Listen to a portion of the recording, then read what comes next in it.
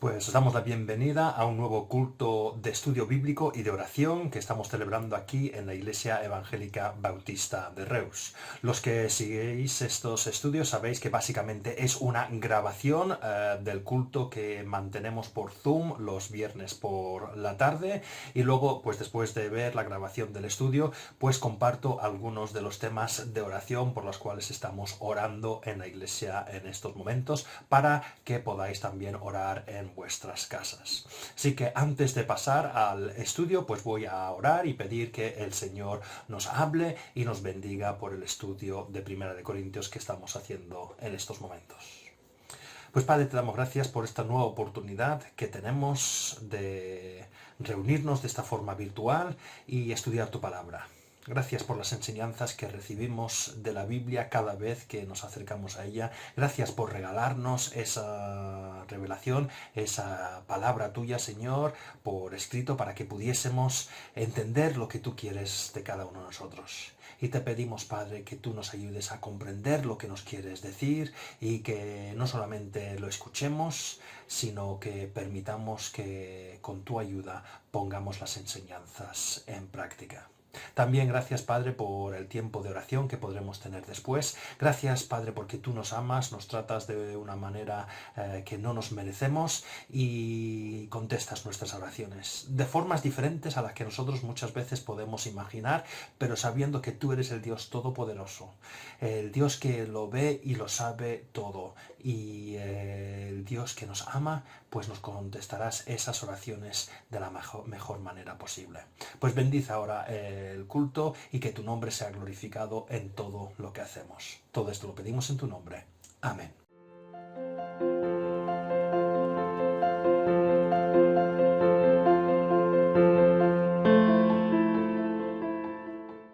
Bueno, pues vamos a continuar con los estudios que estamos haciendo de Primera de Corintios. Estamos en el capítulo 10 y, si os acordáis, la semana pasada comenzamos con los primeros 5 versículos de este capítulo 10. Aún estamos hablando del tema de la carne sacrificada a los ídolos, aunque en estos primeros 5 versículos del capítulo 10 Pablo está hablando de ejemplos que nos muestra el Antiguo Testamento, que apuntan un poquito a lo que Cristo hizo cuando murió en la cruz por nosotros. Pusimos el ejemplo del versículo 2 la semana pasada, acabamos con el versículo 2. Todos ellos, hablando de los israelitas, fueron bautizados en la nube y en el mar para unirse a Moisés. Y explicamos que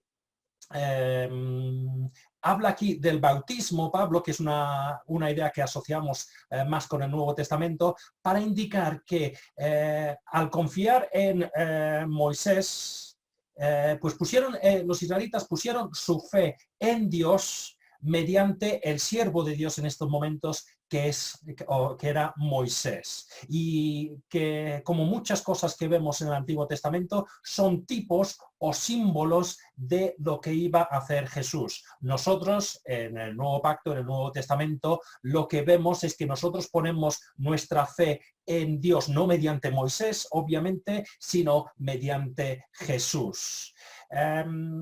Y lo que vamos a tratar un poquito hoy, porque ya dije la semana pasada que esto era un poquito teórico, lo que vimos, quería verlo de una forma un poquito más práctica esta semana. Porque hay personas que piensan que es que el Antiguo Testamento, Michael, es muy complicado. Es que tiene un montón de cosas que no entiendo y además, al fin y al cabo, vale, muy bien, tiene estos símbolos, estas cosas que apuntan a Jesús, pero nosotros no necesitamos ya estos símbolos, porque nosotros vivimos en lo que es el Nuevo Testamento, en el tiempo del Nuevo Pacto, y Jesús ya ha cumplido todas estas cosas a las cuales apuntaban las personas y las obras del Antiguo Testamento.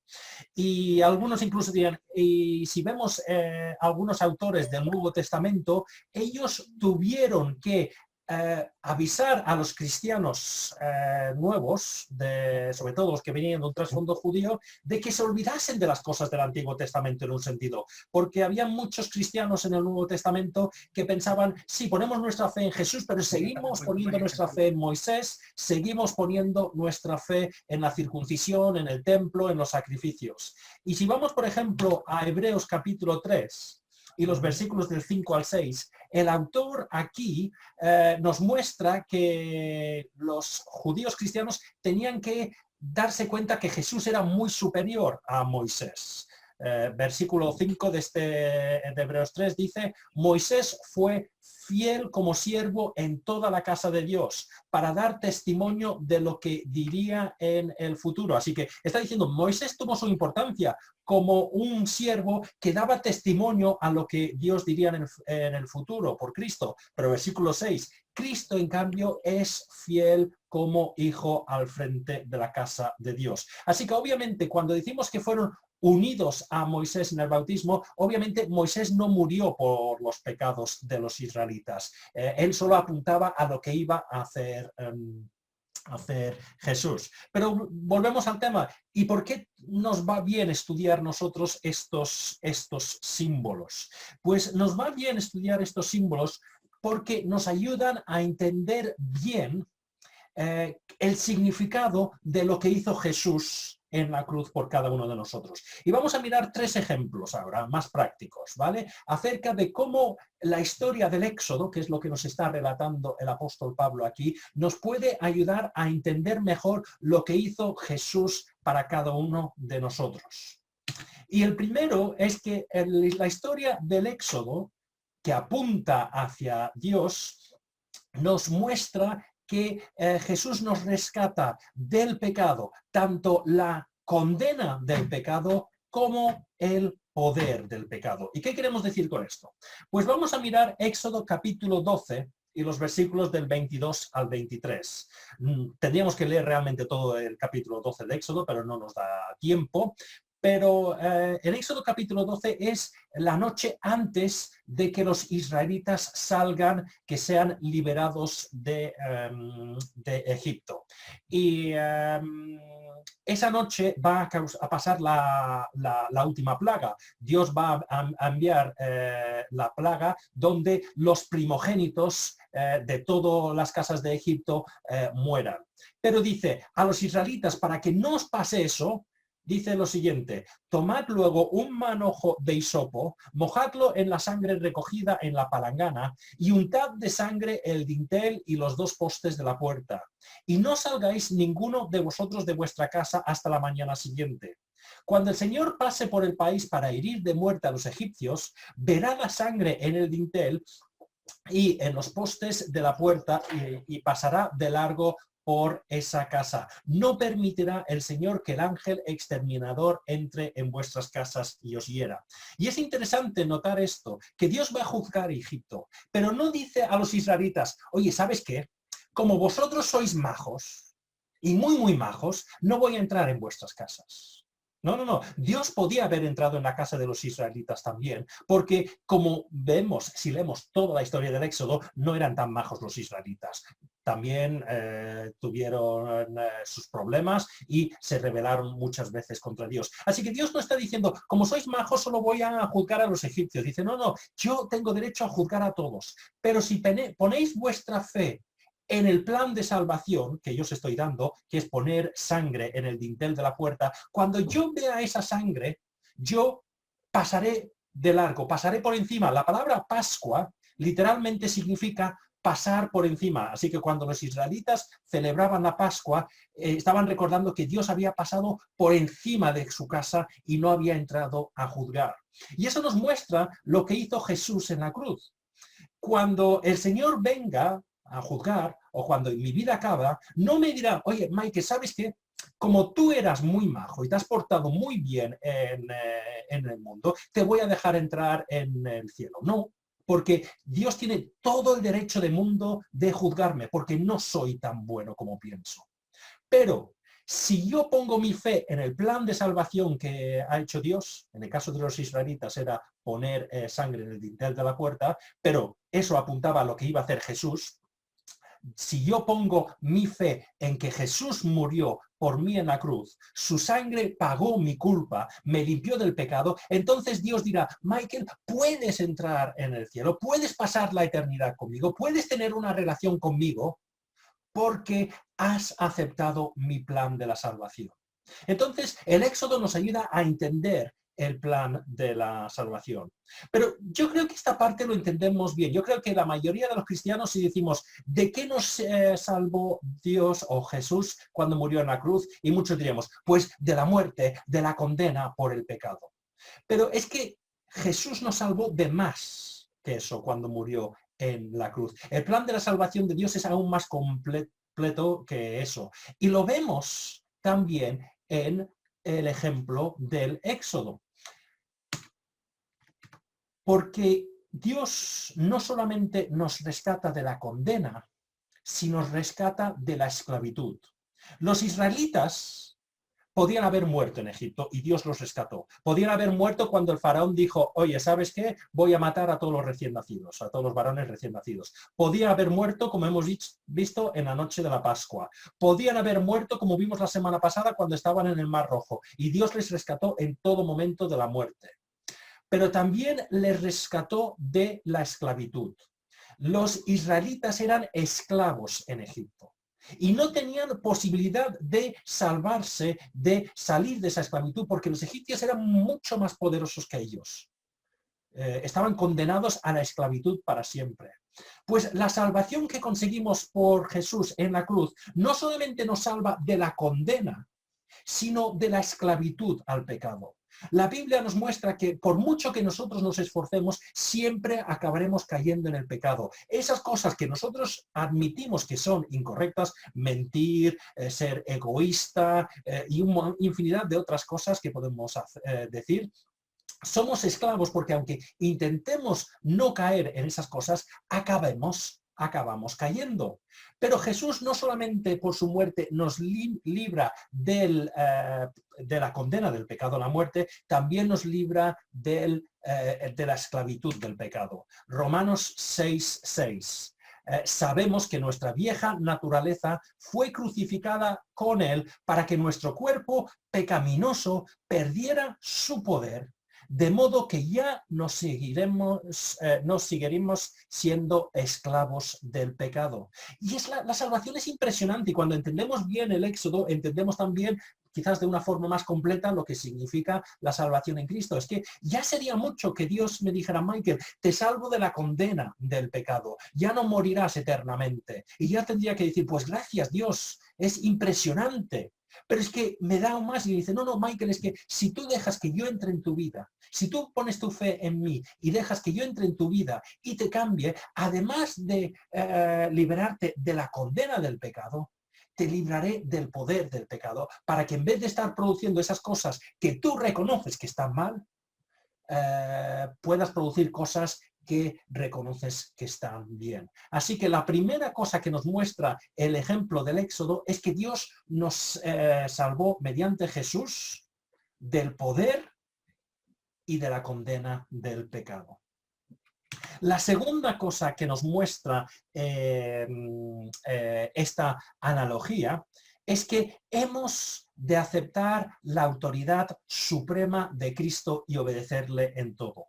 Recordemos lo que vimos la semana pasada. Éxodo 14:31, después de cruzar el Mar Rojo, vemos lo siguiente. Y al ver los israelitas el gran poder que el Señor había desplegado en contra de los egipcios, temieron al Señor y creyeron en él y en su siervo Moisés.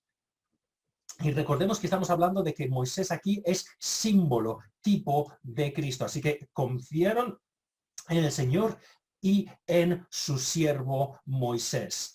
Y esto es interesante, porque si leemos toda la historia, no solamente del Éxodo, pero sino también de Levítico, Números, de Deuteronomio, que relata toda la historia hasta llegar a la tierra prometida, veremos que hubo momentos en esa historia que habían personas que se levantaron contra Moisés y dijeron, oye, ¿Tú quién eres, Moisés? Yo también quiero mandar aquí. Yo no creo que Dios solo hable mediante ti. Yo también tengo cosas que decir. Y vemos que Dios en esos casos castigó duramente a las personas que se rebelaron contra su siervo, porque él había escogido a Moisés como su siervo y había dicho que le escuchasen. Pues nosotros debemos reconocer que si Moisés aquí es símbolo, tipo de Cristo, y Dios estaba diciendo, haced caso a Moisés, nosotros tenemos que obedecer a Cristo en todo. Es nuestra cabeza. Efesios 5:23. Porque el esposo es cabeza de su esposa, así como Cristo es cabeza y salvador de la iglesia, la cual es su cuerpo. No podemos decir que tememos a Dios, que estamos en una relación con Dios, que somos pueblo de Dios, si no aceptamos que Cristo, que es palabra de Dios, es el verbo hecho carne, como les diría en Juan, si no hacemos caso a la revelación, a lo que nos dice Jesús. Y cuando digo hacer caso, es hacer caso a todo, porque vivimos en una sociedad donde nos gusta decir, esto me gusta, así que lo cojo, pero esto no me gusta, así que no lo cojo. Y la sociedad nos dice, oye, montad vuestros packs como os queráis, ¿vale? Porque si te gusta esto, cógelo, pero también coge lo otro de aquí y montas tu forma de pensar como a ti te gusta. Pues eso con el cristianismo no se puede hacer. O aceptamos todo lo que dice Cristo, o no aceptamos nada. No podemos decir, es que, Señor, es que la sociedad ha cambiado y esto no me gusta, no lo voy a aceptar. No, no. La suprema autoridad significa que debemos obedecer a Dios en todo. Por desgracia, muchas veces estamos, los que podemos alguna vez llamarnos cristianos, estamos dispuestos a decir, gracias Dios por haberme salvado en Cristo, pero no estamos dispuestos a obedecerle. Y me encanta, hay un versículo que a mí siempre me ha gustado, ¿vale? Pero también me hace reflexionar. Porque Santiago, que es muy directo, hasta irónico en algunos momentos, dice lo siguiente. Santiago 2, 18 al 19. Sin embargo, alguien dirá, tú tienes fe y yo tengo obras. Pues bien, muéstrame tu fe sin las obras y yo te mostraré la fe por mis obras. ¿Tú crees que hay un solo Dios? ¡Magnífico! También los demonios lo creen y tiemblan. Está diciendo, oye, no vale decir, yo creo que Dios me ha salvado, pero no le voy a hacer caso. No, no, no. Yo creo que Dios me ha salvado y por eso obedezco su revelación, obedezco a Cristo. Así que esa es la segunda cosa que vemos de esta analogía, este ejemplo del Éxodo. Y la tercera cosa que vemos es que nos separamos del mundo. Recordemos que la semana pasada estábamos hablando de la nube y el mar rojo. Y Pablo ha escogido estos dos elementos y podía haber escogido muchos otros, porque hay muchos otros elementos del Éxodo que podía haber escogido.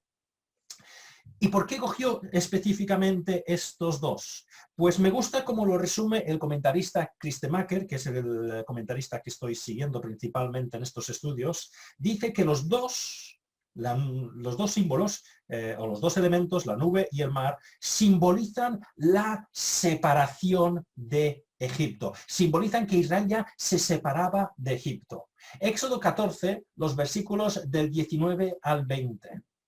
Entonces el ángel de Dios, que marchaba al frente del ejército israelita, se dio la vuelta y fue a situarse detrás de éste. Lo mismo sucedió con la columna de nube, que dejó su puesto de vanguardia y se desplazó hacia la retaguardia, quedando entre los egipcios y los israelitas. Durante toda la noche la nube fue oscuridad para unos y luz para otros. Así que en toda esa noche no pudieron acercarse los unos a los otros. Vemos que la nube hizo una separación. Se puso Dios en la nube para separar los egipcios de los israelitas. Y si vamos a Éxodo 23, 31, vemos una referencia al Mar Rojo aquí. Dice, extenderás las fronteras de tu país, está hablando del nuevo país que van a hacer en la tierra prometida, extenderé las fronteras de tu país desde el Mar Rojo hasta el Mar Mediterráneo. La área de influencia era hasta el Mar Rojo. Y si miramos el resto del Antiguo Testamento, vemos que hay muchas veces que Dios dice a su pueblo, cuando tengáis problemas, no vayáis a Egipto. Era muy fácil volver a Egipto y decir, oye, ¿sabes qué? Egipto es poderoso, ellos nos podrán ayudar. Incluso en el desierto, si leemos el relato en el desierto, hay momentos que los israelitas dicen, ¿sabes qué? Esto es muy duro, aquí no hay comida, no hay bebida, volvamos a Egipto. Y es importante que esta analogía, estos símbolos del mar y de la nube muestran que Dios separó a su pueblo de Egipto. Los cristianos, cuando aceptamos a Cristo, cuando nos bautizamos, proclamamos de una forma pública, nos separamos del mundo. Quiero que esto se me entienda bien. No estoy diciendo separarnos del mundo, subir una montaña, encerrarnos en una cueva, un edificio que hagamos ahí y ya está, porque me separo del mundo. No, no. Lo que está diciendo es que ya no volváis a hacer alianzas con el mundo. No hagáis las cosas como las hace el mundo. Ya somos pueblo de Dios y somos dirigidos totalmente por Dios. Éxodo 13, 21 al 22, lo vimos la semana pasada. De día el Señor iba al frente de ellos en una columna de nube para indicarles el camino. De noche los alumbraba con una columna de fuego. De ese modo podían viajar de día y de noche. Jamás la columna de nube dejaba de guiar al pueblo durante el día, ni la columna de fuego durante la noche. Así que vemos que el pueblo se separó de Egipto, ya no debía volver ahí y debía seguir la dirección de Dios. Y eso es el ejemplo que nos muestra cómo hemos de vivir nuestra vida en el momento que nos entregamos a Dios, en el momento que nos separamos del mundo. Así que con esos tres ejemplos, el ejemplo de cómo Jesús nos ha rescatado de la condena y el poder del pecado, el ejemplo de cómo hemos de obedecer a Jesús, es nuestra suprema autoridad en todo, y hemos de separarnos del mundo. Espero que con estas tres ideas, y podríamos haber sacado muchos más, pero no es mi intención ir mirando todos los elementos, pero vemos que entendiendo bien las analogías, las historias, los símbolos del Antiguo Testamento, también tienen mucho que decirnos para los que vivimos en esta época que llamamos la época de la gracia, la época del Nuevo Testamento, cuando Jesús ya ha venido y ha cumplido todo lo que profetizó en el Antiguo Testamento. Entonces vamos a continuar con los versículos del 3 al 5, ¿vale? Los voy a leer. Dice, todos, después de hablar de la nube y del mar, versículo 3, todos también comieron el mismo alimento espiritual y tomaron la misma bebida espiritual, pues bebían de la roca espiritual que los acompañaba y la roca era Cristo. Sin embargo, la mayoría de ellos no agradaron a Dios y sus cuerpos quedaron tendidos en el desierto. Y he resaltado en rojo la palabra todos. Sale 4 veces, la verdad es que sale 5 veces. En el original sale 5 veces y si tenéis la Reina Valera, seguramente en el versículo 4 creo que comienza y todos tomaron la misma bebida espiritual. Pablo enfatiza mucho esta palabra de todos, porque como veremos al final del estudio, aunque todos recibieron las mismas bendiciones, no todos entraron en la tierra prometida. Pero vemos que después de hablar de la nube y del mar, Pablo, a partir del versículo 3, coge 3 elementos más para mostrar que Dios estaba ahí en medio del pueblo. En primer lugar, dice, todos también comieron el mismo alimento espiritual. Aquí está hablando de que Dios proveyó de una forma milagrosa para alimentar al pueblo en el desierto. Egipto tenía muchos problemas, eran esclavos, pero nunca les faltó comida porque Egipto es un país muy fértil gracias al Nilo. Pero cuando llegaron al desierto no tenían ese alimento, así que Dios tuvo que proveerlos del alimento. Lo proveyó de diferentes maneras. Quizás la forma que más conocemos es el maná. Éxodo 16, podéis leer todo el capítulo. No lo vamos a leer todo por amor al tiempo, pero voy a leer algunos versículos. Versículo 4 dice, entonces el Señor le dijo a Moisés, voy a hacer que os llueva pan del cielo. El pueblo deberá salir todos los días a recoger su ración diaria. Voy a ponerlo a prueba para ver si cumple o no mis instrucciones. El día sexto recogerán una doble porción y todo lo dejarán preparado. Versículo 13. Esa misma tarde el campamento se llenó de codornices y por la mañana una copa de rocío rodeaba el campamento. Al desaparecer el rocío, sobre el desierto quedaron unos copos muy finos, semejantes a la escarcha que cae sobre la tierra. Como los israelitas no sabían lo que era, al verlo se preguntaron unos a otros, ¿y esto qué es? Se llama maná porque en hebreo maná significa ¿qué es esto? ¿Vale? ¿Y esto qué es? Moisés les respondió, es el pan que el Señor os da para comer. Versículo 16. Y estas son las órdenes que el Señor me ha dado. Recoged cada uno de vosotros la cantidad que necesite para toda la familia, calculando 2 litros por persona. Dios proveyó para que hubiese alimento cada día. El único día que no aparecía el maná era el sábado, el día de reposo, pero Dios hacía que el viernes cayera doble cantidad para que hubiese comida para los 2 días. Ningún día les faltó alimento a los israelitas en los 40 años que estuvieron en el desierto. El maná solo paró cuando llegaron a la tierra prometida. Josué 5, versículo 10. Dice, al caer la tarde del día 14 del mes primero, mientras acampaban en la llanura de Jericó, o sea, ya están en la tierra prometida, ya no están en el desierto, los israelitas celebraron la Pascua. Al día siguiente, después de la Pascua, el pueblo empezó a alimentarse de los productos de la tierra, de panes sin levadura y de trigo tostado. Desde ese momento dejó de caer el maná y durante todo ese año el pueblo se alimentó de los frutos de la tierra. ¡Qué milagro! Hasta el último día Dios proveyó de comida. Solo paró de caer el maná cuando ya estaban en la tierra prometida, ya estaban en una tierra fértil del que podían sacar alimento. Dios es fiel y proveyó todos los días de las necesidades de los israelitas. Pero no solamente les proveyó de alimento, sino les proveyó de bebida. Y tomaron la misma bebida espiritual.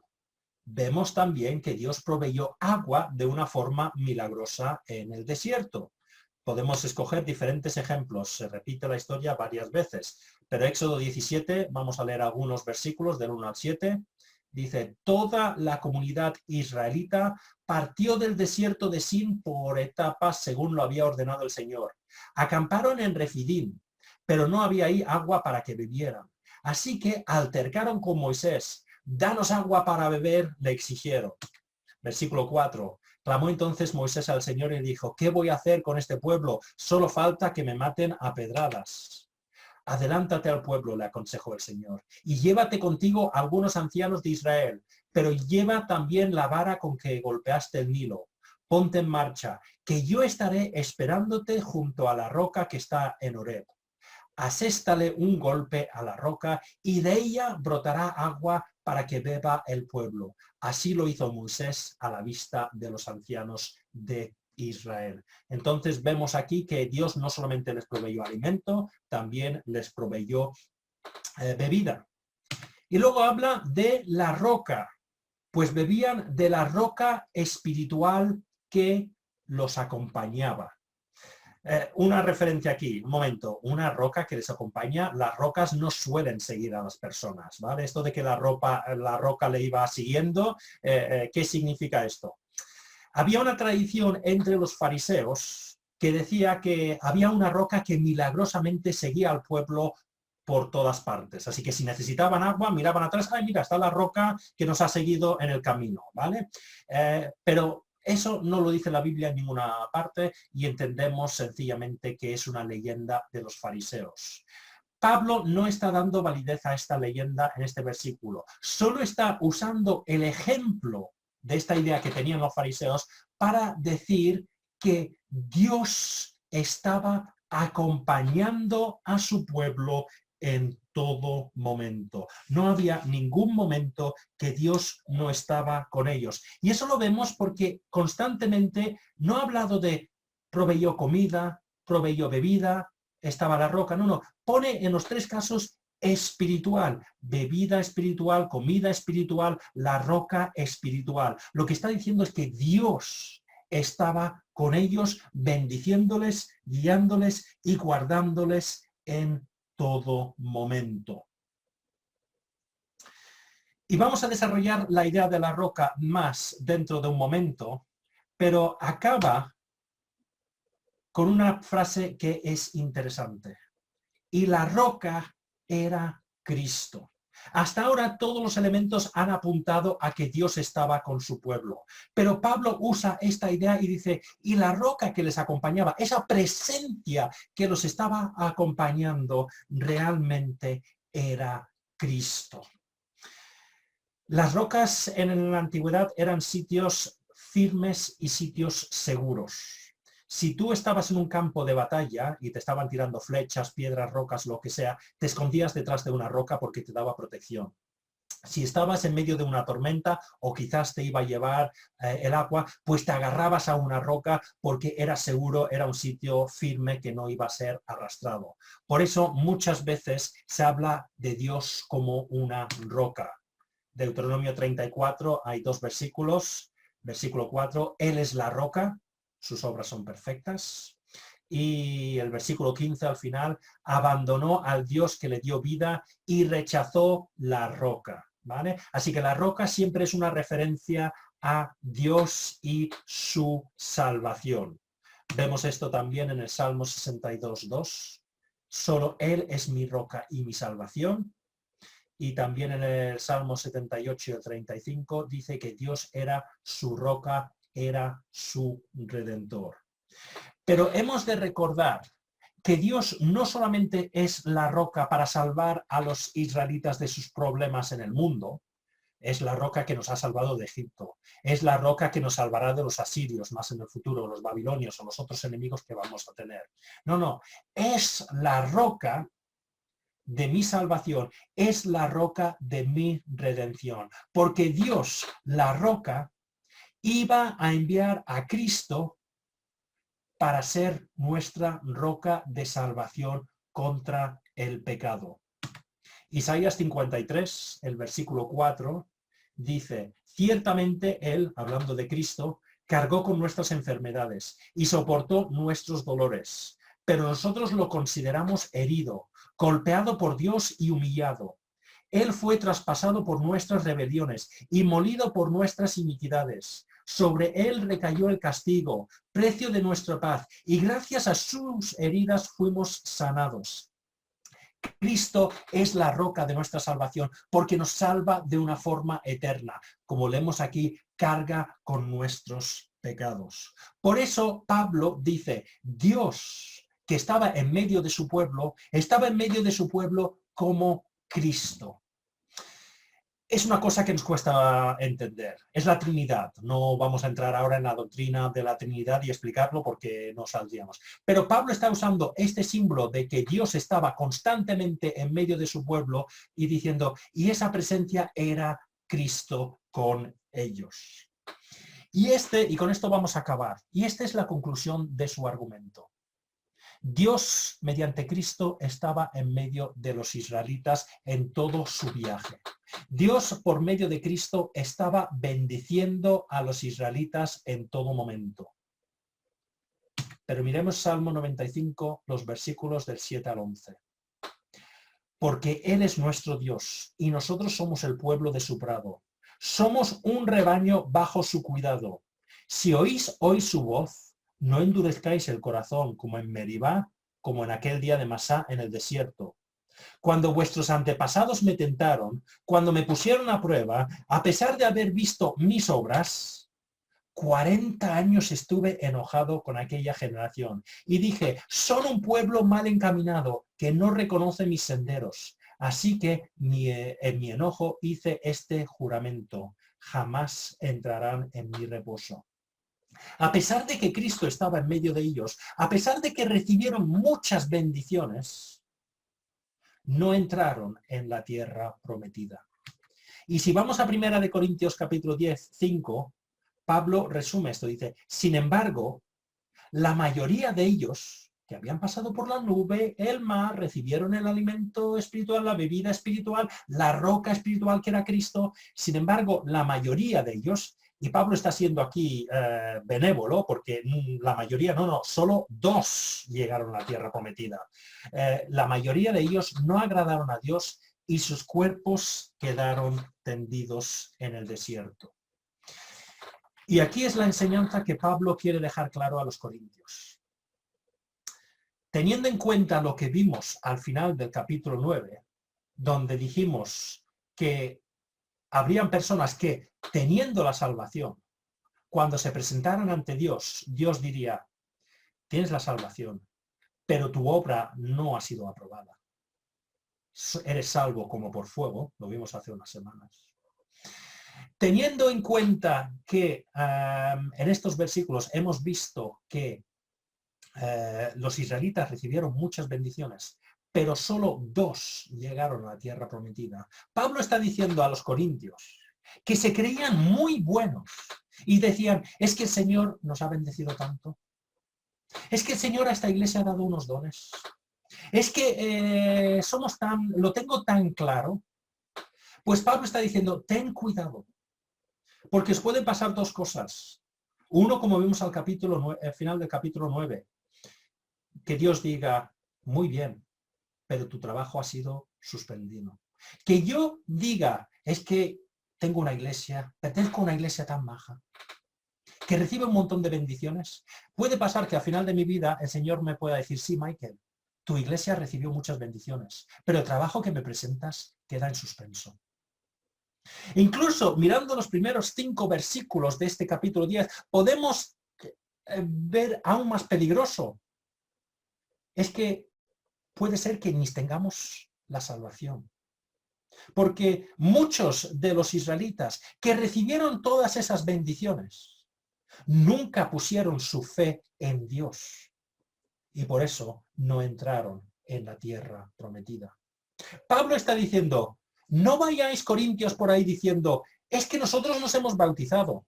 Muy bien, habían israelitas que se bautizaron de esa forma figurada cruzando el Mar Rojo. Es que nosotros tomamos la Santa Cena. Muy bien, habían personas que comieron del maná.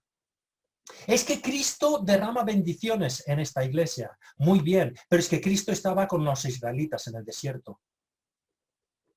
Pero muchos no pusieron su fe en el Señor.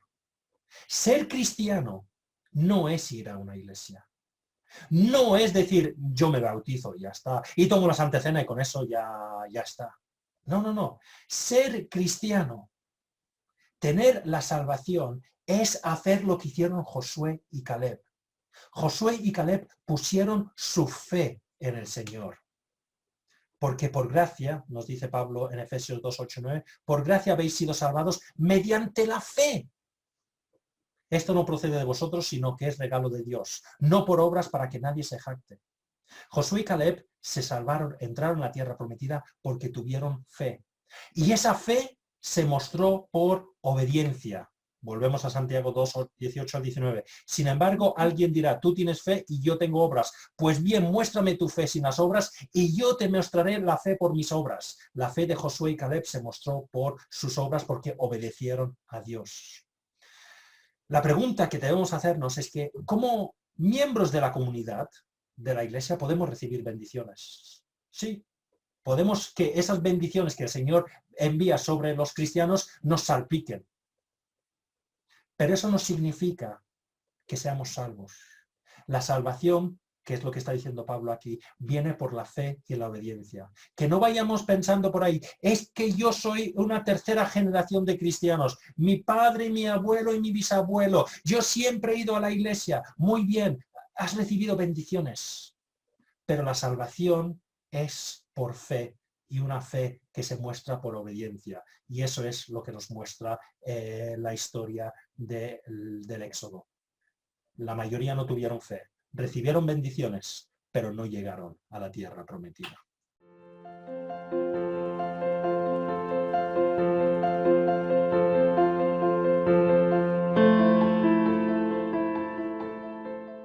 Después del estudio vamos a dedicar ahora un tiempo a la oración.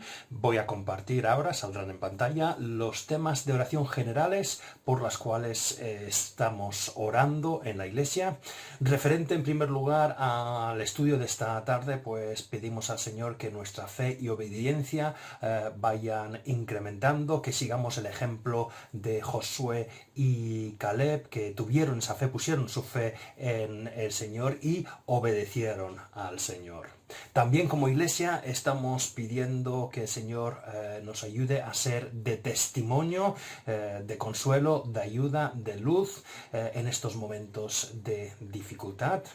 En tercer lugar, estamos orando también como iglesia por el sentimiento de iglesia en estos momentos difíciles. No nos podemos reunir como lo hacíamos antes, pero gracias al Señor pues tenemos estas herramientas que nos permiten hacer reuniones virtuales, pero que no perdamos esa idea que tenemos como iglesia de estar en comunión los unos con los otros, estar orando los unos por los otros e ir edificándonos los unos a los otros.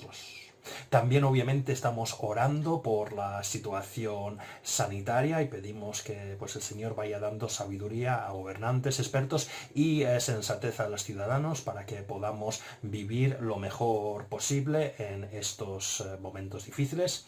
Y por último, pues estamos orando para finalizar las obras de la fachada de la iglesia y que el Señor pues permita acabar estas obras pronto.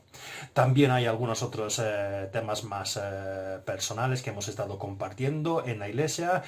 También podemos orar por estos y ahora pues os invito a pausar el vídeo y dedicar unos minutos de oración a estos temas.